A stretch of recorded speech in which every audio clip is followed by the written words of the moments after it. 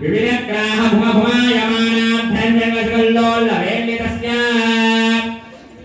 వంజుల మంజరే కృతఫేన మంజరే రాజితస్య గంగాళి మహాతరంగిణి సంగ సముద్భూత మంగళ భంగ శృంగారస్య సకల గుణాధార పయః పారావారస్య మధ్యప్రదేశే హారణీ హారపరీర కర్పూర ప్రభాధరధరాయమాన ధవలద్వీపే సంతాన సంతతామృత పరిపూరిత పరిఖా వలయితే హిరణ్య ప్రాకార ప్రకాశమానే నవరత్న విచిత్రతోరణ ద్వార శోభిత వివిధ సౌధ విభ్రకీర్ణ వీధి విరాజితే రాశీకృత ఖండ సౌభాగ్య నిర్మితే దివ్య నగరే శ్రీమతి వైకుంఠే విశ్వక్సేనాది ప్రధాన కింకర మందిర సందోహ విస్తృతే దుర్నిరీక్ష జయ విజయాది ద్వారపాలక సంరక్షిత బహుళ పరిజనవారస్య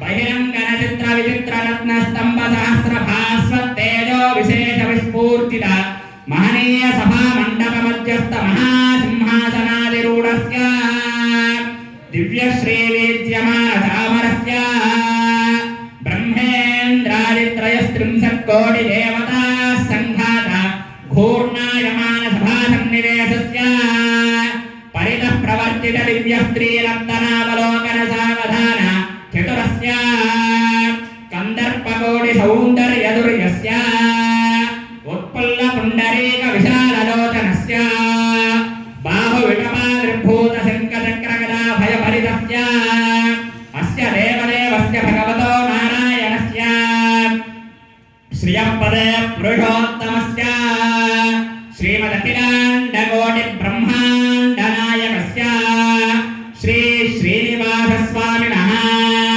లగ్న హోరాద్రేఖాన నవాంశ ద్వాదశాంశ త్రింశాంశ త్రింశదంశకాః నిరంతరమనుకూలా శుభా శోభనా సర్వే గ్రహా జన్మయచ్చతో ఆత్మాహారుషమంతర్భూః ధ్రువస్తిష్ఠా విచారిః విజత్వా సర్వా వాంఛంతో మాత్వద్రాష్ట్రమధిప్రచుతో ధ్రువాద్యో ధ్రువా పృథివీ ధ్రువం విశ్వమిదం జగతో ధ్రువాః పర్వతాయినే ధ్రువో రాజా విశామయం యహైవేధిమాన్యతిష్ఠాః పర్వదేవా విచారిః ఇంద్రిమే ధ్రువస్తిష్ఠాః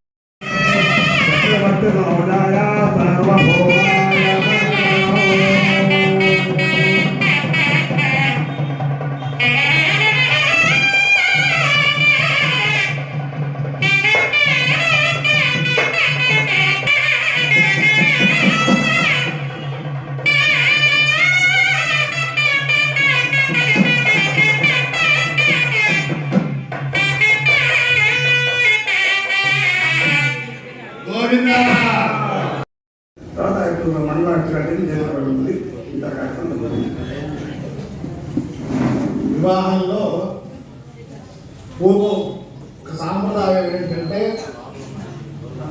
ఆ తెరసెల తీసేంత వరకు అబ్బాయి అమ్మాయి ఒకళ్ళనొకళ్ళు చూసుకునేవాళ్ళు కాదు.